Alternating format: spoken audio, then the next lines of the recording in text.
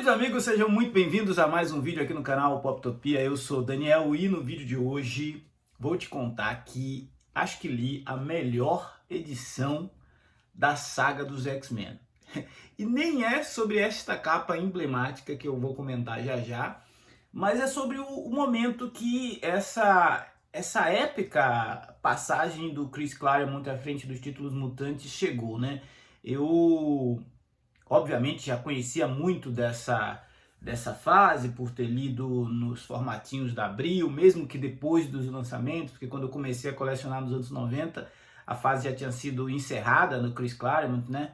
Já peguei ali do Jim Lee para frente, então vim relendo isso depois. Tinha lido alguns especiais, naqueles maiores clássicos que a Panini lançou quando ela chegou por aqui, em outras edições também, mas essa oportunidade de estar lendo na sequência esses eventos, como na época que foram lançados, um sucedendo o outro, um se encaixando com o outro, é que dá a verdadeira noção para o leitor da complexidade do universo desenvolvido aqui pelo Chris Claremont e as suas intricadas tramas, as suas interligadas narrativas, né?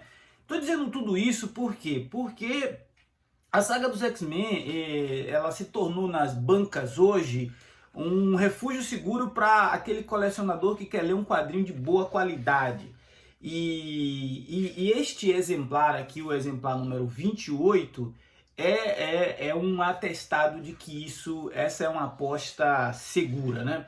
São 144 páginas com capa cartão, custando R$ 39,90 por enquanto, e reunindo as edições Uncanny X-Men 250 a 254, né? O último número tinha chego aqui, era o 27, eu já resenhei isso aqui há mais ou menos uns 45 dias e já estava atrasado, e agora chegou a 28, que ao meu ver também já está no delay, né? Porque a Panini já está com o número 33, se eu não me engano, em pré-venda, ou seja, precisa correr bastante aí para colocar em dia esta publicação. Mesmo com atraso, o importante é que ela finalmente chegou e ao colocar a leitura em dia, eu tive a impressão de estar matando a saudade de velhos amigos, né? A gente começa com justamente do ponto onde a edição anterior termina, com o sequestro da Polaris pela Zaladani, e ela é levada para a Terra Selvagem, né? A Polaris, o Destrutor tinha ido ao seu resgate, né? Ela tinha conseguido mandar uma mensagem para o Destrutor, e ele era um dos últimos X-Men que ainda estavam de pé, junto com o Colossus, a Crystal, a Betsy Braddock. Eram os 4 últimos remanescentes da equipe de X-Men que vinha sendo desmantelada pelo Chris Claremont. Aqui a gente tem desenhos do Mark Silvestre, a tradução é do Mário Luiz Barroso e as letras são do Donizete Amorim e a edição é do Yuri Primitz. Então a gente vai ver o Destrutor infiltrado ali no bando da Zaladani, tentando de alguma forma ajudar a sua ex-namorada Polaris a ser resgatada daquela situação, até que ele descobre aquilo que o Claremont adorava fazer, né? Amarrar as coisas e dar propósito a alguns personagens. Então a Zaladani, ela revela ser irmã da Polaris. Então a gente já fica, opa, como assim? Né? Então tem uma irmandade ali, a Polaris ainda vinha sofrendo com aquela dominância da mutante satânica sobre a sua mentalidade, que deixava ela meio um tanto quanto estável, e vai acontecer algumas movimentações, alguns experimentos induzidos até pelos os personagens que são associados a Zaladani, né? Aquele anfíbio, ímago e tudo mais. Aqueles personagens ali vão ser utilizados como os capangas da Zaladani para capturar os X-Men, para capturar o Ka-Zar, para tentar ajudá-la a conquistar a Terra Selvagem. E tudo dá errado, né? Dá tudo muito errado, o que ele estava tentando fazer com a Polaris não dá certo, a gente vê a coisa degringolar, o resgate do Destrutor também não funciona. Eu já vou adiantando aqui que tudo vai escalando para não uma tragédia, mas para que os X-Men sejam definitivamente derrotados, e dessa vez não só derrotados como humilhados, né? Porque no auge da equipe eles jamais seriam derrotados por adversários assim tão questionáveis e tão pouco poderosos, para falar a verdade. Essa fragilidade da equipe mutante, essa humanização da equipe mutante, a gente vai ver alcançar o ponto máximo da sua narrativa e da aproximação desses personagens para o mundo real na edição 251, né? Onde o Claremont coloca aquele que é o mutante mais feroz, combativo, aquele que era o mutante mais resistente, em uma condição de fragilidade. O Wolverine é capturado pelos carniceiros, é crucificado pelos carniceiros, é torturado pelos carniceiros e é resgatado por uma personagem que vinha só aparecendo nas sombras, por uma personagem que vinha ali só fazendo pequenas participações, que é outro traço da característica da escrita desse gênio da nona arte, que é o Chris Claremont. Hoje eu vou elogiar o Chris Claremont à exaustão, já vou avisando. Por quê? Ele foi introduzindo a Jubileu, colocando ela em pequenas participações, até chegar no ponto onde a Jubileu se torna responsável por carregar a tocha, né? A tocha da esperança. Ela resgata o Wolverine, ela proporciona para ele a condição de se recuperar para que ele possa dar a volta por cima. E é bom lembrar que lá na saga da Fênix Negra, o Wolverine também é o mutante escolhido ali pelo Claremont para ser o revés, o ponto de virada onde os X-Men vão conseguir se libertar do jugo do Clube do Inferno. E é daquela história que surgem os adversários que a gente vai ver aqui. Os Carniceiros são um grupo de androides, né, liderados pelo Donald Percy, que era um antigo líder, um antigo rei branco do Clube do Inferno. Foi substituído pelo Magneto, que fez um conchavo ali para proteger os mutantes, mas não protegeu ninguém, porque os X-Men estavam desmantelados, os novos mutantes tinham desaparecido, os Morlocks tinham sido massacrados.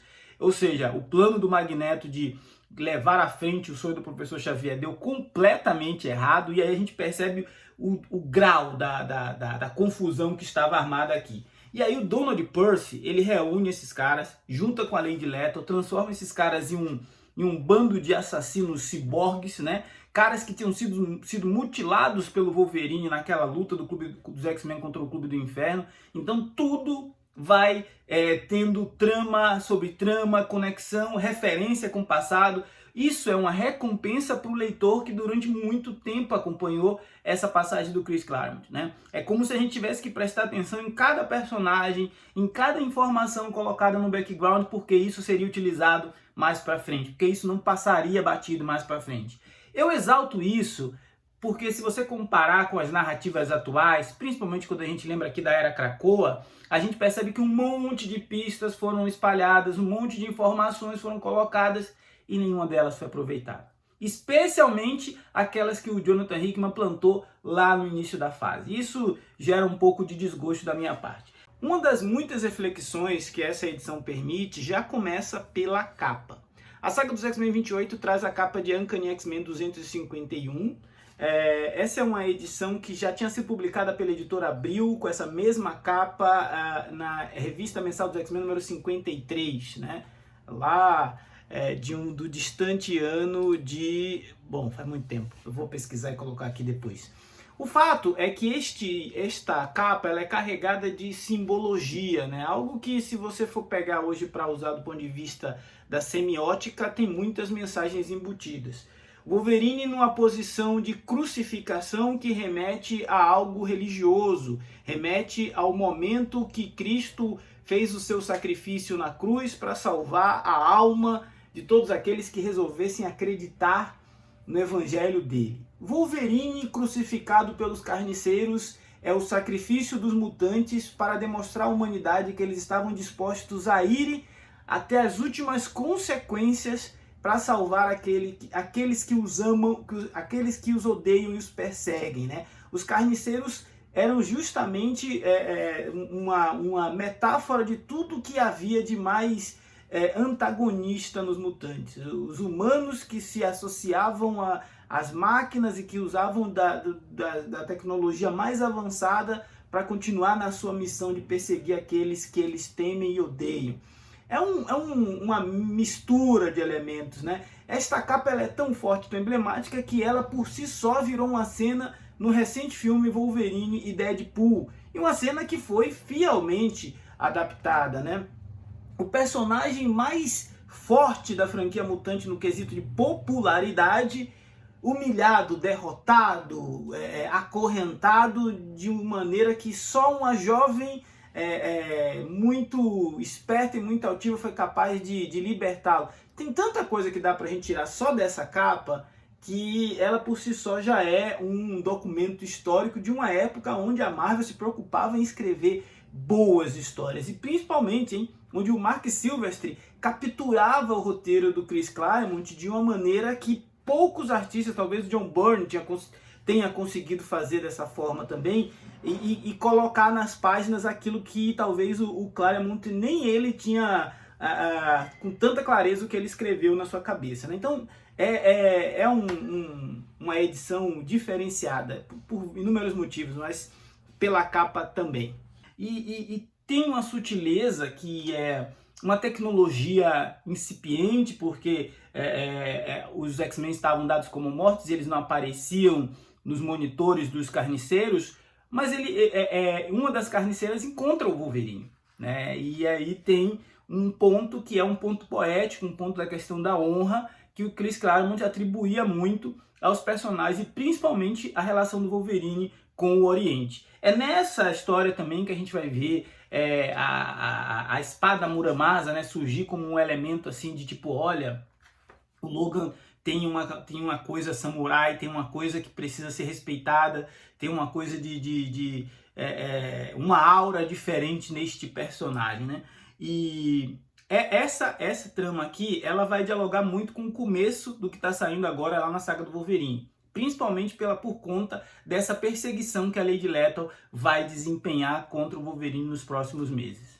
Bom, este volume da saga dos X-Men, se eu fosse analisar página por página e comentar cada evento, esse vídeo ficaria com mais ou menos 1 hora. Por quê? Porque tem o ressurgimento da Tempestade, agora numa condição diferente da que ela estava anteriormente. A gente tem uma discussão severa e importante entre o Magneto e a Moira McTaggart. Essa discussão vai determinar algumas situações que estão por vir. E, de novo, me lembra muito o quão deve ter sido difícil para o Hickman costurar aquela aliança inicial da Era Krakoa, né? Entre o Magneto, a Moira e o Professor Xavier, porque eles têm um passado em comum de desconfiança, eles têm um passado em comum de acordos quebrados, de situações não tão bem resolvidas, né? Então, a gente vai perceber que a Moira vai liderar uma iniciativa para remontar uma espécie de equipe de X-Men de emergência. Por quê? Porque a Ilha Muir, o último reduto dos mutantes, inclusive daqueles que sobreviveram ao massacre de mutantes, os Morlocks, está sob ataque.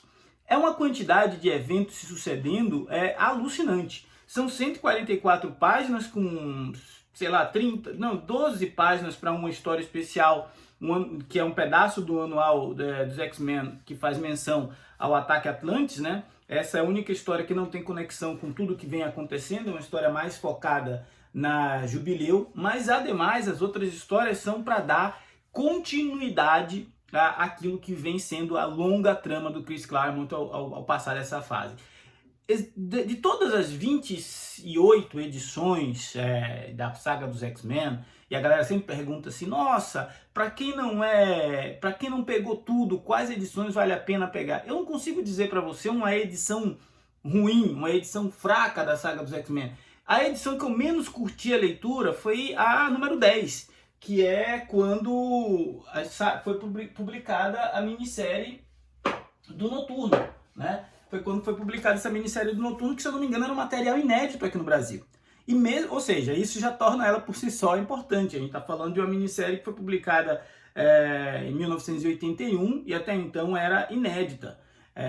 E aí a gente chega na edição 28 e vê que, mesmo essa edição fraquinha, ela trouxe elementos para que no futuro a trama se sustentasse, né? Tem uma referência aqui ao Noturno, tem uma referência ao Excalibur. Então, ao mesmo tempo que é uma leitura para os já iniciados, para aqueles que já conhecem todo o lore de X-Men que vinham se manifestando, porque vai chegar uma hora que vai aparecer personagens secundários.